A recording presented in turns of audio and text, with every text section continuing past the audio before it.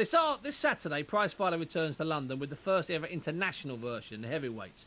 It's not been easy for Eddie Hearn at Matchroom to put this show together. That's an understatement. Boxers have said yes and pulled out and have continued to pull out. It will still be a great night for the fans at Alexandra Palace and for the Sky viewers. Trust me, it'll be that kind of night. It has fighters that will mix perfectly to create a bang-up of all bang-ups, in my opinion. There are, to remind you, 8 fighters. They take part in 4 quarterfinals, then 2 semi-finals, and then the final. 7 fights in total. It takes just over 2 hours, and the winner leaves the ring with 32 grand. Bish, bash, and bosh. It has thrown up some of the best nights of boxing during the last 3 years. Saturday will be an excellent night's entertainment. Not necessarily world-class fighting, but entertainment. One of the 8 fighters is the truly entertaining Tye Fields. 48 fights and 45 wins, with 41 by knockout and just 3 defeats, all by knockout.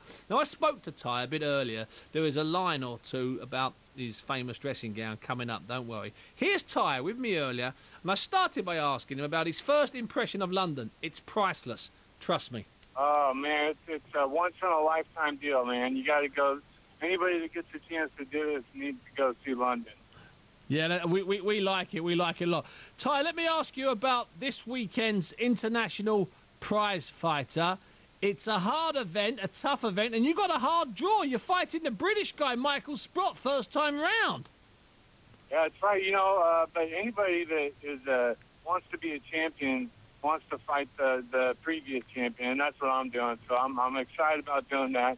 And, you know, everybody in here in this show is dangerous, so you can't look past anyone, and I get the champion right off the bat, so that's good. Now, you know, you talk about other fighters being dangerous, Tye, but could I just remind you that you've knocked out 41 of the men, 41 of the 45 men you've beaten, and that I think 22 of your 48 fights have ended in the first round. You must be about the most dangerous man in the tournament.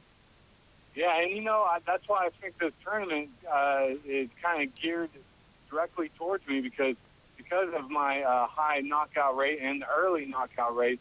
This 3-round tournament is perfect.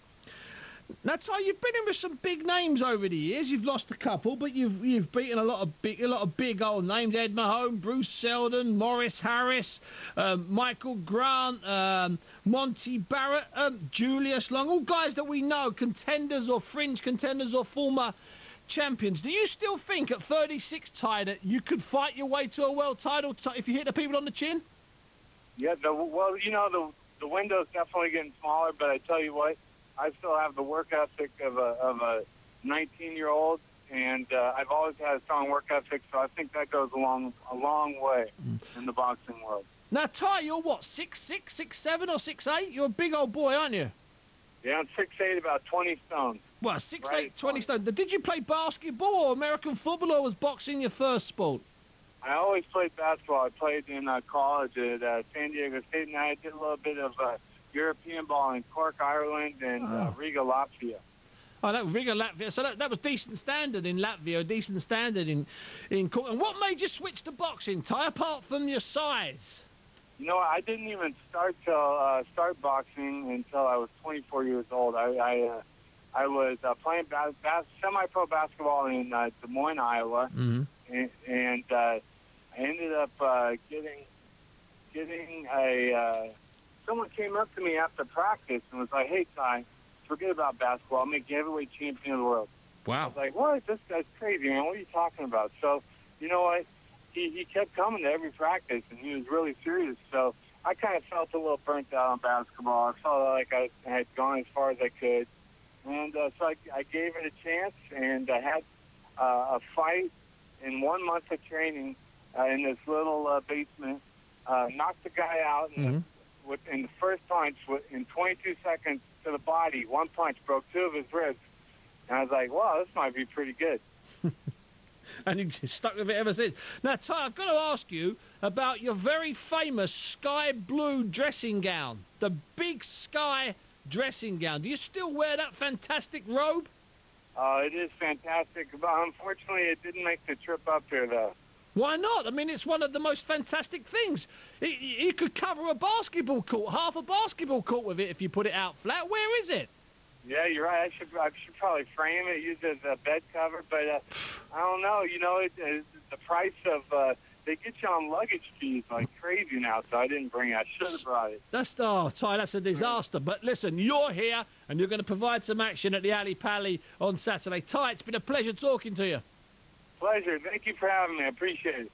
Oh, yes. Now, the figures again, that's 27 of his 48 fights have finished in the first round, including 2 of his 3 defeats. And how about the gown being too heavy to bring? Oh, boy.